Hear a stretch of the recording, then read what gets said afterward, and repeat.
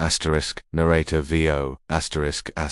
in the early morning hours of September 17, 2022. 14-year-old Lyric Woods quietly slipped out of her family home in North Carolina while her parents slept soundly inside, unaware that their daughter had been secretly communicating on her iPad with an 18-year-old named Devin Clark, a charismatic and well-loved athlete and wide receiver at Eastern Alamance High School in Mebane, making plans to sneak out and meet him in the dead of night and by the following afternoon. The worst possible outcome had already occurred, with the TV writers discovering both teenagers shot dead in a remote wooded area just off Buckhorn Road along the Orange-Alamance County line, their bodies lying side by side, arms outstretched, in a scene so brutal and deliberate that locals who had heard the gunshots the night before described what sounded like 10 shots from an automatic weapon, a pause, and then 5 more, a pattern that would later be confirmed by the 13 shell casings investigators found distributed across 3 distinct areas of the crime scene, telling a chilling story of an initial attack, a desperate chase through the brush as both teenagers ran for their lives,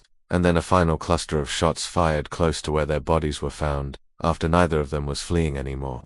Lyric Woods was a freshman at Cedar Ridge High School, a big sister, a volleyball player, a dancer and singer who her family described as someone who never met a stranger, who loved her Air Jordans and her eyelash curler, and whose most defining quality was the way she made everyone around her feel loved, and Devin Clark was equally beloved in his community. A standout wide receiver whose highlight reel touchdowns electrified his school. A young man who loved music and dirt bikes and hosting studio sessions with friends. Someone his family and teammates described as a good-hearted person who never hurt anybody, making the shock and grief that consumed both families and the wider community all the more devastating when the news broke that these 2 young people had been found dead in the Carolina woods with no immediate answers as to how they got there or who had been with them. The investigation began to unravel the night's events through fragments of deleted Snapchat messages recovered from Devin's Verizon account and Lyric's iPad, revealing that just after midnight Devin had messaged a group chat of 11 friends asking who was on wheels and wanted free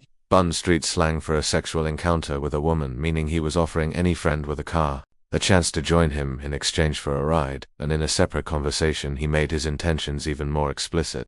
explaining that a girl named Lyric wanted him badly enough that whoever drove him would also get to be with her. A proposal Lyric herself had no knowledge of, because her own messages showed nothing more than a teenage girl sneaking out to see someone she liked, sending Devin her address, a circled screenshot of where to park, and a final instruction to cut his headlights when he arrived so her parents wouldn't wake up. And that was the last message from her that investigators were ever able to recover. Cell phone location data filled in what the messages could not, showing that around 1:45 a.m., Devin's phone and a third device began moving together in the direction of Buckhorn Road, and surveillance footage from a petrol gas station 2 miles from the crime scene captured 17-year-old Isaiah Ross at approximately 2:20 a.m., alone, climbing out of his mother's white GMC Sierra in a printed jacket and black zip-up hoodie with the ends of his hair dyed blonde, buying something inside before returning to the vehicle and driving back in the direction of the road, where 2 teenagers now lay dead. Isaiah Ross was a classmate of Devin's at Eastern Alamance, though records showed he had only been enrolled there for 6 days. A 17-year-old who had relocated from Delaware to North Carolina the previous year to live with his mother and younger siblings. Described by family as soft-spoken and loving, someone who enjoyed basketball and music, though he had a known history of getting into trouble, and it was a young man named Christian Sykes who first connected Isaiah to the murders, coming forward after seeing Devin's grieving mother's social media post and realizing that a story Isaiah had told him on a Snapchat video call, laughing and showing off a gun, sounded exactly like what had happened on Buckhorn Road, with Isaiah allegedly describing how he had picked up a guy who was going to meet a girl, how the guy kept pointing the gun's laser beam at him, how he told him to stop multiple times, how they wrestled over the weapon, and how after it went off he looked into the back seat at the girl who had witnessed everything and simply turned around and shot her too, a confession delivered with such a complete absence of emotion or remorse that Christian initially didn't believe it was real, dismissing it as something made up, until the murders began circulating on social media and the details lined up too perfectly to ignore. Isaiah had already fled to Delaware by the time investigators formally identified him,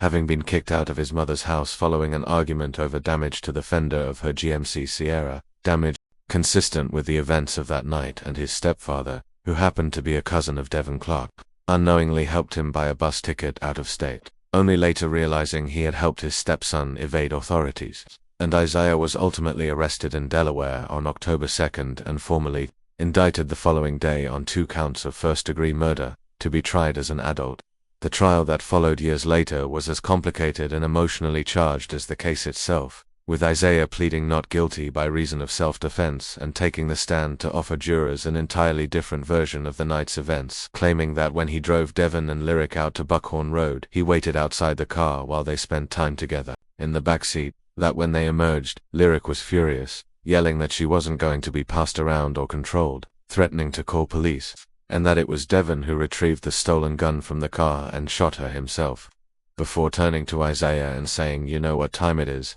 forcing Isaiah to lunge at him in a desperate struggle for survival, overpowering the larger and more athletic Devin through sheer desperation, and that everything he did afterward, dragging Devin's body off the road, stopping for gas, returning to the crime scene, was the panicked behavior of a terrified teenager who didn't know what else to do. The prosecution's key witness, Christian Sykes, struggled under cross-examination, misremembering details about the gun's color, the car's color, and the location of the shooting, and the defense attacked every inconsistency aggressively. While Isaiah's mother attended the trial daily and posted commentary on social media, mocking and insulting witnesses who testified against her son, drawing enormous public backlash. But despite the noise and the competing narratives, the jury deliberated for nearly 3 full days before returning a split decision, unanimous on second-degree murder for Devin Clark's death, rejecting the claim but also rejecting premeditation, and completely deadlocked on Lyric Woods, with 8 jurors unwilling to convict and 4 in favor,